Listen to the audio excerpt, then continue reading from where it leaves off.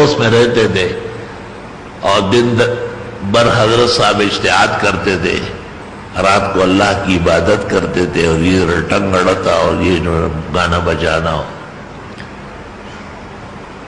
اور پھر صبح کہتا تھا کہ اضاؤنی وای فتن اضاؤ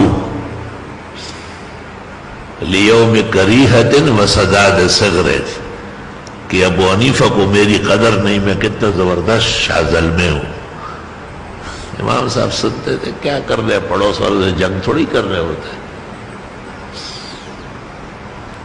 اور میرے ایک پڑوسی تھا، بہت تنگ کرتا تھا، تو ایک مہمان میرا آیا، میں نے کہا اس کو ابھی تک سیدھا نہیں کیا۔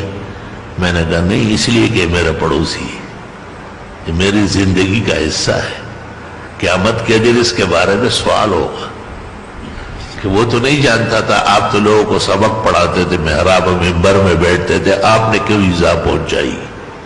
میں نے کہا آرام سے رہو۔ تو ایک رات کہتے ایسی گزری کہ وہ ٹنگ ٹکور اور گانا بجانا نہیں ہوا، وہ موسیقی کی مجلس اور خوری کی مجلس۔ امام صاحب نے صبح پوچھا، رات کو ہمارے پڑوس میں وہ شور شرابہ نہیں ہوا؟ لوگوں نے کہا ہاں جی، وہ پولیس آئی تھی گشت پر، انہوں نے پکڑ لیا اس کو، تو امام صاحب کا پڑوسی ہے، تنگ کرتا ہے، چل تھانے۔ امام صاحب نے کہا اچھا، انا للہ و انا الیہ راجعون، میرا پڑوسی گرفتار ہوا۔ جب درس سے فارغ ہوئے، اٹھے سیدھے تھانے گئے۔ تھانہ دار کو پتہ چلا، تھانے سے باہر نکل کے بھاگتے ہوئے، جی حضرت جی حضرت۔ ہمیں کیا جی حضرت؟ میرے پڑوسی کو لے کے آئے۔ کہا وہ تو ایسا کہ کچھ بھی ہو میں سفارش کرنے آیا ہوں۔ اس نے کہا اچھا، کہ ٹھیک ہے بھائی چلو رہاؤ۔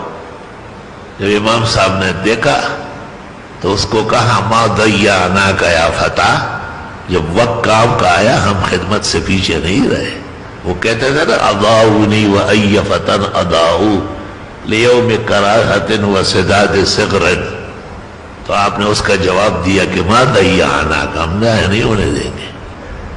وہ اب امام صاحب کا جوتا بردار ہو گیا۔ اس کا نام پھر بعد میں اس نے سلج کا، برف کا کام شروع کیا، پہلے موچی کا کام کرتا تھا، اس کا نام